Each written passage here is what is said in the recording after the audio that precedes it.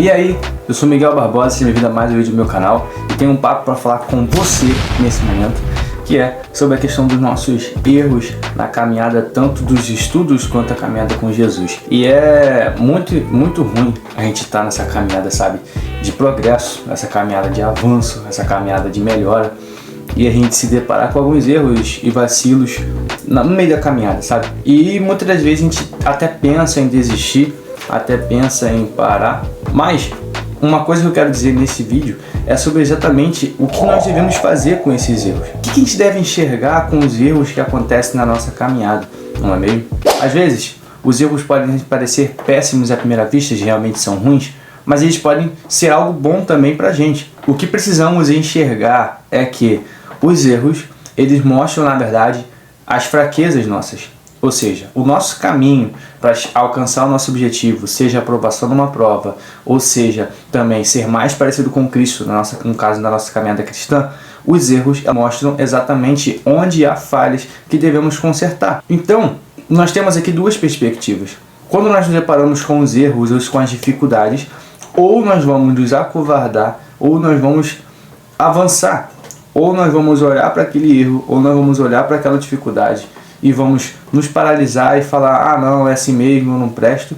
Ou nós vamos olhar para essas situações e vamos começar a construir para melhora e conseguirmos viver aquilo que queremos de fato viver. No caso da nossa caminhada cristã, na nossa caminhada com Cristo, o erro, o pecado, por exemplo, ele pode abrir nossa visão sobre diversas falhas que nós estamos cometendo, como por exemplo, a negligência no devocional. Talvez você não tenha orado, não tenha buscado na palavra, lido, não tenha jejuado, e isso vai surtir efeito aonde? No pecado. Não tem como você querer viver em santidade se você não vive um relacionamento com Deus. Nos estudos, por exemplo, a gente pode ver diversos erros em provas, em simulados, que a gente não consegue ali fazer, só que a gente também a gente tem que começar a olhar para outras coisas, de como está estudando, será que estamos estudando do jeito certo? Porque sim, existe um jeito certo de estudar, principalmente para vestibular e concurso, existe sim um jeito certo de estudar, e existe sim a maneira errada. O que nós estamos vendo muito hoje em dia é que as pessoas estão tão sentimentais, não que, sabe, ou o sentimento seja algo ruim, ou a emoção seja algo ruim, não é isso. Mas a gente está tendo um extremo de sentimentalismo, um extremo de pessoas sentimentais, ao ponto de que as pessoas não conseguem parar, analisar e enxergar erro em si próprio. Apenas o externo, na verdade, apenas aquilo que é fora está errado. Ou seja, eu fiz isso porque aconteceu isso comigo. Não, nada justifica. Ou seja, se errou, a responsabilidade é sua. Então a gente precisa assumir a nossa responsabilidade pelo erro.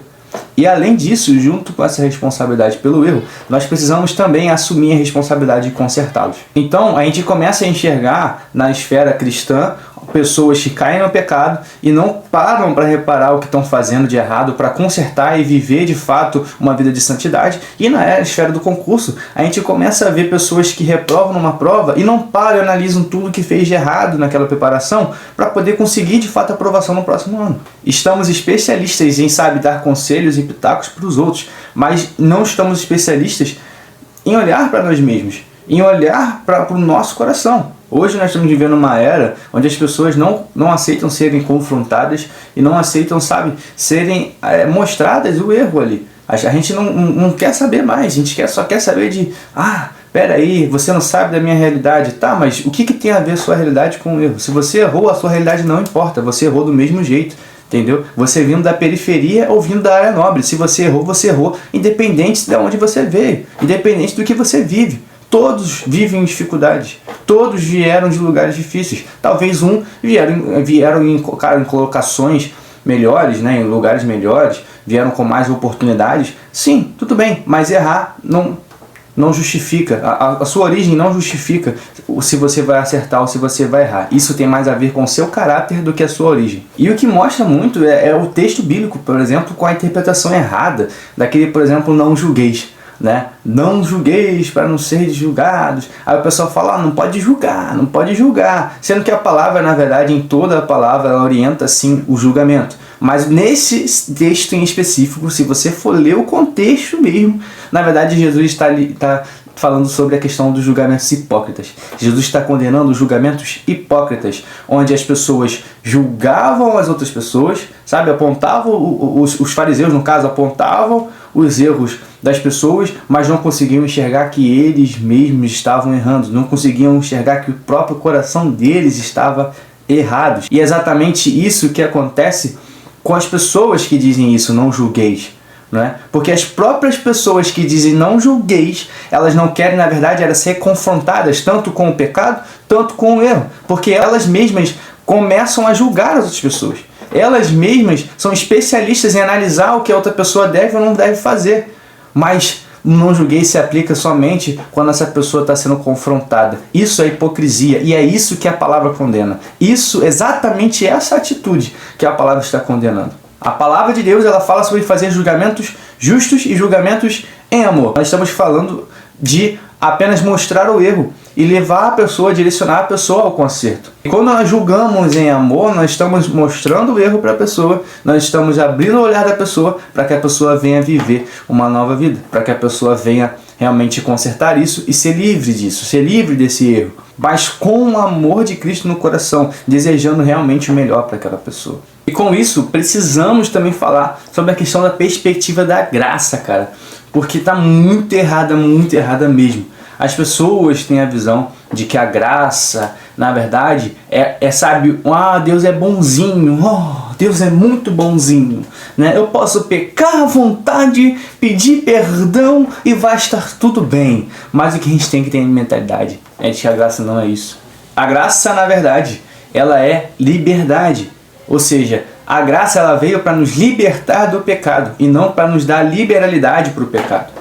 Até porque a gente tem que entender que a graça veio para nos salvar sim do pecado, mas mediante a arrepender-se, entendeu? A própria palavra de Deus ela vai dizer que nós seremos perdoados dos nossos pecados se nós realmente nos arrependermos de todo o coração. Então você que está brincando com o pecado, você que está realmente, sabe, fazendo o pecado porque quer fazer o pecado e está lá pedindo perdão toda hora, achando que isso vai te perdoar, na verdade o inferno está te esperando, tá? Porque o que você está fazendo não é pedir perdão realmente, você está, na verdade, brincando com o pecado.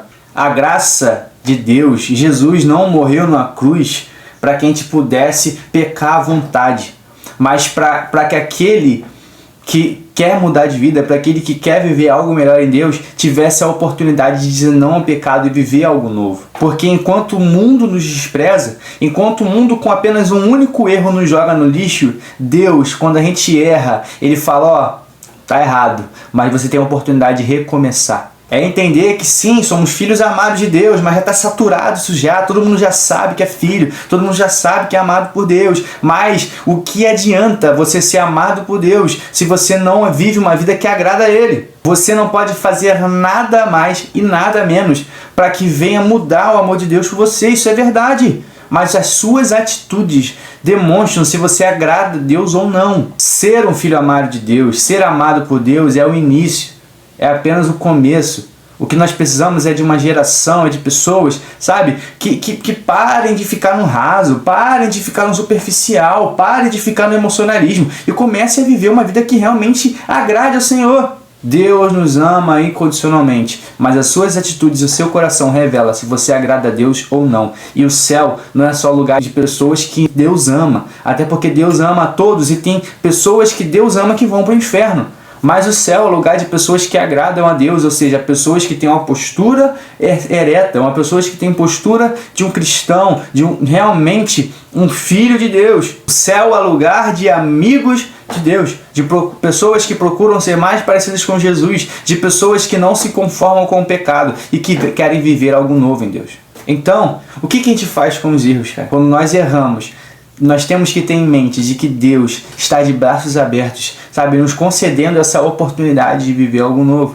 Quando nós erramos, é um momento oportuno para a gente analisar como estamos vivendo e o que nós precisamos mudar. Então, o que você vai fazer com o erro hoje depende de você. A graça de Deus foi derramada sobre a sua vida. As misericórdias do Senhor se renovam a cada dia. E a cada dia você tem a oportunidade de fazer algo novo. Então, hoje você acordou e talvez tenha errado. Tudo bem. Mas e amanhã, o que você vai fazer? E aí, como que vai ser? Você vai esperar mais um ano novo? Você vai esperar mais um aniversário? Você vai esperar passar mais um carnaval? Ei! As misericórdias do Senhor se renovam a cada dia.